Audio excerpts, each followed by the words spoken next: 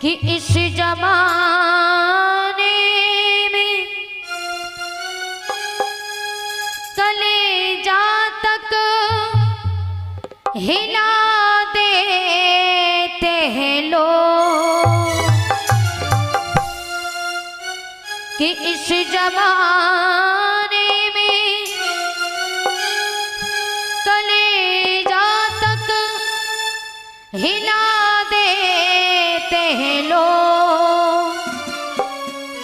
सगे भाई को जहर हंसकर पिला देते हैं लोग, सगे भाई को जहर हंसकर पिला देते हैं लोग।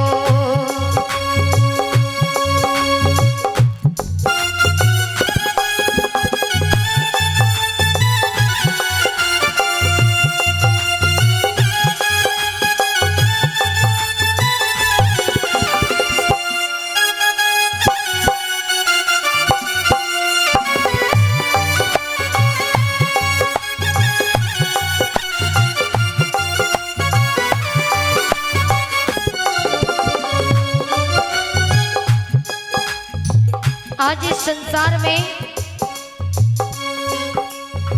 जो हमारा खास मित्र होगा वही आकर के हमारे पास बैठ करके हमारे दिल का सारा राज निकाल लेगा, और बाद में वही बात हमारे दुश्मन से जाकर के कह देगा। पैसे बिन प्यार कहाँ, पैसे बिन यार कहाँ, पैसे बिन प्यार कहाँ, पैसे बिन यार कहाँ। इस दुनिया में सबसे बड़ा बाप बड़ा ना भैया, और सबसे बड़ा रुपया। रुपया। अगर बेटे को बाप को मारना पड़े तो मार देगा पैसे की खातिर, लेकिन भगवान ने भी क्या चीज बनाई, पैसा। लेकिन ये पैसा है कैसा, जो रिश्तों में दरार खड़ी कर देता है। जहाँ रिश्ते होंगे बने होंगे वहाँ बिगड़ती है तो सिर्फ पैसों की खातिर बिगड़ती है, मात्र पैसों की खातिर। इसलिए प्यारे, पैसे बिन प्यार कहाँ, पैसे बिन यार कहाँ, पैसे बिन प्यार कहाँ, पैसे बिन यार कहाँ।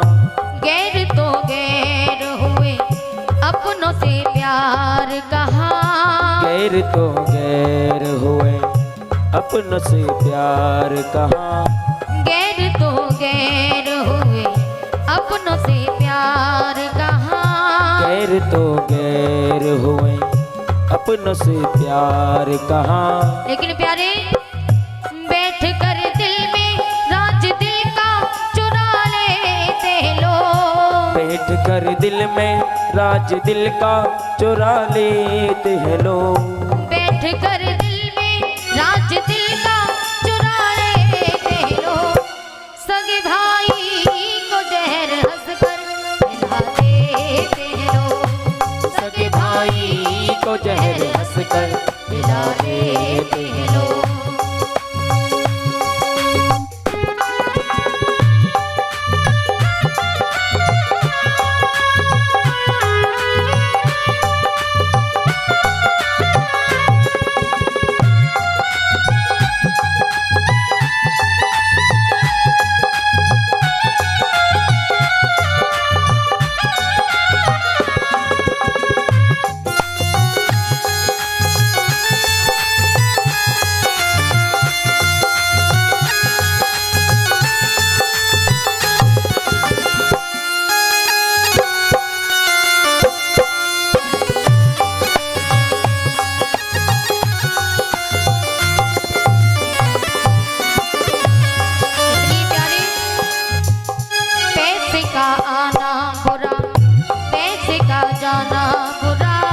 पैसे का आना बुरा, पैसे का जाना बुरा, पैसे का आना बुरा, पैसे का जाना बुरा, पैसे का आना बुरा, पैसे का जाना बुरा।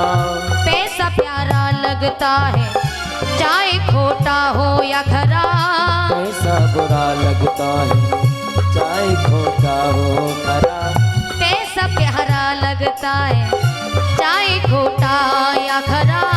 पैसा प्यारा लगता है चाहे खोटा हो गरा। पैसों की खातिर अपनों को मिटा देते लोग, पैसों की खातिर अपनों को मिटा देते लोग। सगे भाई को जहर हंसकर पिला देते लोग, सगे भाई को जहर हंसकर पिला देते लोग, हाँ पिला देते लोग, हाँ पिला देते लोग, हाँ पिला देते लोग, हाँ पिला देते लोग, हाँ पिला देते लोग।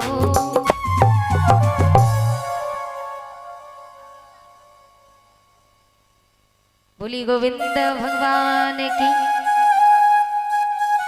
और इसी बीच में कृष्णपाल सिंह राजपूत छत्तीसगढ़ से पवन मुखिया के मामा जी ये छत्तीसगढ़ से पधारे हैं। ये भंडारे के लिए एक टीन घी दान करते हैं और हमारे लिए एक शॉल से सम्मान करते हैं। जोरदार तालियां बजाएंगे इनके लिए। भगवान ऐसे दानदाताओं को हमेशा आगे बढ़ाते रहें, सदा से भोले बाबा माया के भंडारे भरते रहें। बोले गोविंद भगवान की जय हो। जय जय श्री राधे श्याम। आज सुदामा अपने सर श्राप ले लेते हैं। बारिश बंद होने के बाद सुदामा और भगवान श्री कृष्ण वापस लौट करके आए। तो वापस आने के बाद भगवान श्री कृष्ण और सुदामा ने भोजन पानी किया। समय व्यतीत होता गया। शिक्षा अध्ययन करने के बाद दोनों मित्र अपने अपने घर जाते हैं तो एक दूसरे के गले से लग कर के बहुत रोए और कहा कि श्याम तुम हमें भूल तो नहीं जाओगे। भगवान ने कहा सुदामा मैं तो किसी को नहीं भूलता, लेकिन लोग ही मुझे भूल जाते हैं। आज एक दूसरे के गले से लग कर के विदाई मांगी, अपने अपने धाम जाते हैं। सुदामा जी अपने गांव पहुंचे। बड़े होने पर सुदामा का विवाह भामिनी के साथ हुआ, जिनके 4 पुत्र हुए। और भगवान श्री कृष्ण मथुरा नगरिया में 11 वर्ष 56 दिन रहे। 11 वर्ष 56 दिन के बाद भगवान श्याम सुंदर द्वारका में पहुंच जाते हैं और भगवान श्री कृष्ण का विवाह रुक्मिणी जी के साथ में हुआ। बोली गोविंद भगवान की। रुक्मिणी महाराज भीष्मक की पुत्री थी। 5 पुत्रों के बाद रुक्मिणी ने जन्म लिया। तो इन्हीं रुक्मिणी का विवाह भगवान श्याम सुंदर के साथ में होता है। महाराज भीष्मक जब अपनी पुत्री का विवाह भगवान श्री कृष्ण के साथ में तय करते हैं तो उस समय रुकुम को मालूम पड़ा, रुकुम भीष्मक का बड़ा पुत्र था। पता चला कि मेरी बहन का विवाह द्वारकाधीश कृष्ण के साथ हो रहा है। तो क्रोध में आ गया और अपने पिता से कहा कि पिताजी मैं अपनी बहन का विवाह अपने साले शिशुपाल के साथ में करूंगा। पिता की आंखों में आंसू भर आए और कहा हमारी इकलौती बेटी है और तुम अपने साले के साथ में विवाह करोगे। अरे जरा सोचिए, उन्होंने तुम्हें अपनी बहन सौंप दी, तुम अपनी बहन सौंपोगे, क्या रिश्ता होगा। रुकुम ने कहा पिताजी बुराई वाली बात क्या है, वो हमसे जीजा कहते हम उनसे जीजा कहने लगेंगे तो इसमें क्या बुरा है। आज महाराज भीष्मक रोने लगे, उनकी एक बात नहीं चली और रुकुम ने पत्र लिख करके भेज दिया चंदेली के राजा शिशुपाल को।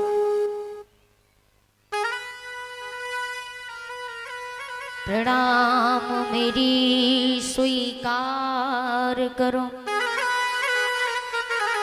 तुम भूप चंदेली के सतधारी। और कछु है मेरे पास नहीं, एक बहना दे रहे शरण तुम्हारी। पत्र को खोलकर के शिशुपाल ने पढ़ा तो इतना प्रसन्न हुआ कि भाभी के पास में पहुंचा और भाभी से बोला कि भाभी हमें दूल्हा बना दो। बोले दूल्हा, बोले पागल हो, तुमने अपनी बहन उन्हें सौंपी, उनकी बहन तुम्हारी कौन हुई? बोले भाभी यदि मैं रिश्ता देखता रहूंगा तो सारा जीवन कुआरा ही मर जाऊंगा, तुम मुझे दूल्हा बनाओ। भाभी को डांटने लगा तो भाभी दूल्हा बनाती हैं, सिर पे मोहर रखी तो छींक हो जाती है। जैसे ही सिर पे मोहर रखी तो छींक हो गई तो भाभी ने कहा कि अभी भी समय है, मान जाओ, क्योंकि छींक सामने की बहुत बुरी होती है। छींक सामने की बुरी और कबहू न खाली जाए, ये कभी खाली नहीं जाती कि छींक सामने की बुरी और कबहू न खाली जाए। होए कलंक से भेंट या फिर जान निकाली जाए। आज जिस समय भाभी ने समझाया कि यदि हम कहीं जा रहे हैं, सामने से अगर किसी ने छींक दिया तो फिर रुक जाना चाहिए, क्योंकि सबसे बड़ा अपशगुन होता है ये।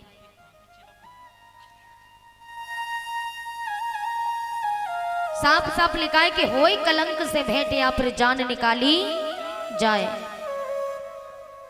छींक यदि हम नहा रहे हैं, छींकत खइयो और छींकत नहीं हो, छींकत पर घर मत जाइयो। अगर भोजन करते समय छींक आ जाए या भोजन करने से पहले भोजन करने बैठ रहे हैं और छींक हो जाए तो मान लीजिए बहुत शुभ है, बहुत अच्छा है। स्नान करने जा रहे हैं तो छींक हो जाए तो भी बहुत अच्छा है, लेकिन हम कहीं जा रहे हैं तो किसी ने यदि छींक दिया, सामने से छींक हो जाए तो ये सबसे बड़ा अपशगुन है। तो हमें फिर जाना नहीं चाहिए, रुक जाओ, क्योंकि जीवन है, जीवन सही सलामत है तो काम फिर कर लेंगे, और जीवन ही नहीं तो सब काम धरा रह जाएगा, इसलिए सब्र कर लेना। आज भाभी ने बहुत समझाया लेकिन शिषपाल नहीं माना और बारात लेकर के कुंदनपुर में पहुंचा। कुंदनपुर में जब पहुंचा तो कुंदनपुर को चारों तरफ से घेर लिया।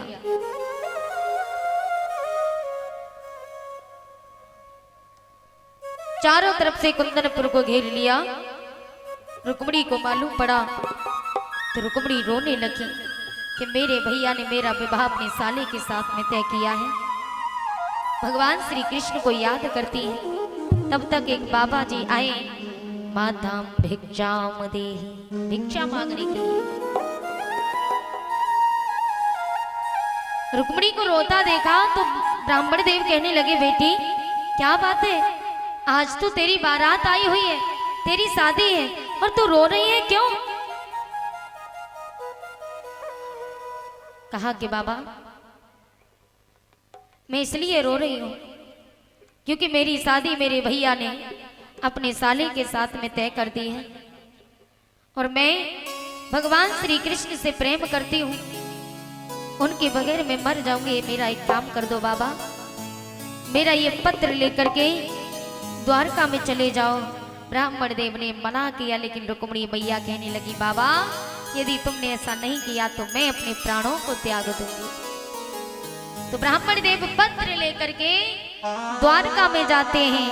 तो द्वारका में पता पूछते पूछते जैसे तैसे लड़खड़ाते हुए उठते बैठते आराम करते जैसे तैसे जाकर के द्वारका में पहुंचे। तो भगवान श्री कृष्ण के पास में पहुंचे। भगवान श्री कृष्ण ने ब्राह्मण को देखा तो ब्राह्मण ने कहा, ब्राह्मण ने कही है गिरधारी। भगवान से बोले ब्राह्मण देव कि ब्राह्मण ने कही है गिरधारी, मैं कुंदनपुर से आया हूँ, रुक्मिणी तुम्हारी दासी है, मैं उसका संदेशा लाया।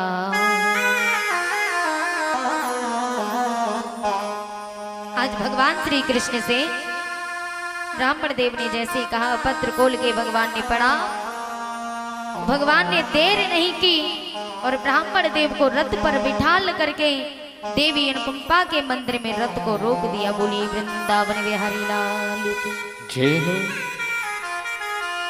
शिवाकांत भारद्वाज, झांकी ले आओ, बन गई हो तो। महाराज जी, हाँ झांकी ले आओ, ठीक है। बोली गोविंद भगवान की जय हो।